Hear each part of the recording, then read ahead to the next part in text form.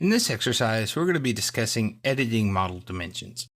So we've already had the chance to bring the dimensions in. If you still have that drawing open, you can use that retrieve dimension drawing. If not, we can come in here and use the edit model dimension drawing and just select your dimensions again.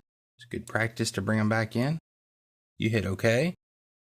And then to be able to edit a dimension, it's pretty simple. You just select the dimension, right click, and say edit model dimension. It's not the same as just editing the dimension, which you'll see up above there. Right here you see edit. We're actually going to edit model dimension. If you just come in here and you select edit here, this is going to be kind of about the text and precision and tolerances and things like that. If you say edit model dimension, this is what it brings up and asks us, okay, what size do you want it to be? I say 55 instead of 50, and it edits the actual model dimension. Now, with that being said, you can do some dimensions and not others. That one works out pretty well. If I come in here and say edit this one, I edit it out to 35, it works okay. But if I come in here, say edit dimension, and I go to 55, I'm going to get an error. And what happens there is you break the rules or the design intent of the part, because now it's going to be inverting on itself and dogs and cats are going to be living together and bad things are going to happen. You can see there once I hit OK, it just completely blows the model away because it destroys it.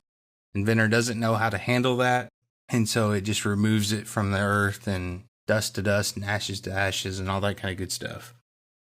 When you edit the model dimension in the drawing, remember that you're changing the parametric dimension of the model. Changing the dimension in the drawing environment has the same effect as changing the dimension in the modeling environment. Constraints are reevaluated and the geometry is updated in the 3D model in the drawing to reflect the new value. That's one of the warnings from Autodesk. In other words, be very careful how you edit things, because as you go through and edit these, not only are you editing the part over here, so if I come in here and I select this dimension, say edit, go to 55 there, you can see it just kind of goes crazy on me. Make sure that you type in millimeters. See, it'll get a little bit bigger there. Now I can actually edit this dimension.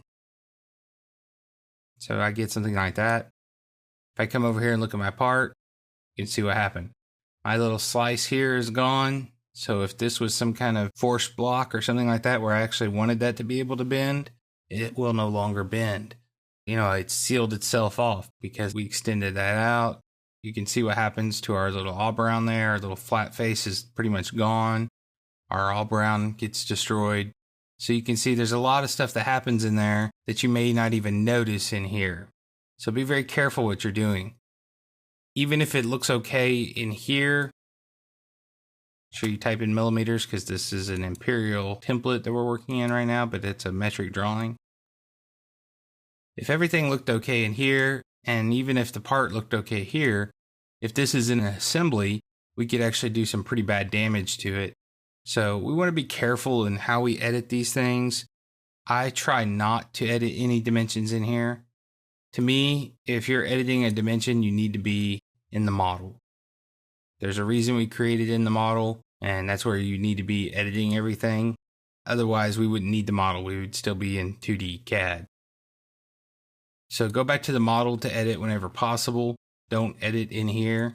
The only reason I wanted to show this to you is just to show you that you can edit it and that it is possible to do that.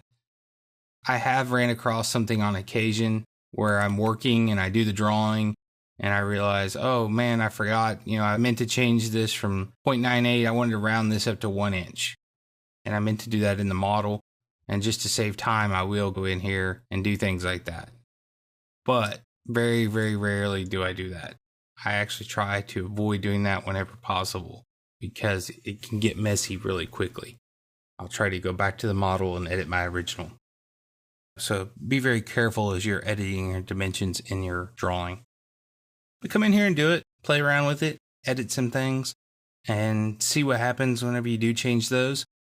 I encourage you to open up the actual model and watch what happens. So we'll edit it here. And we'll go back over here and look at the model. If you don't have the model open, you can just come up here and right click and say open.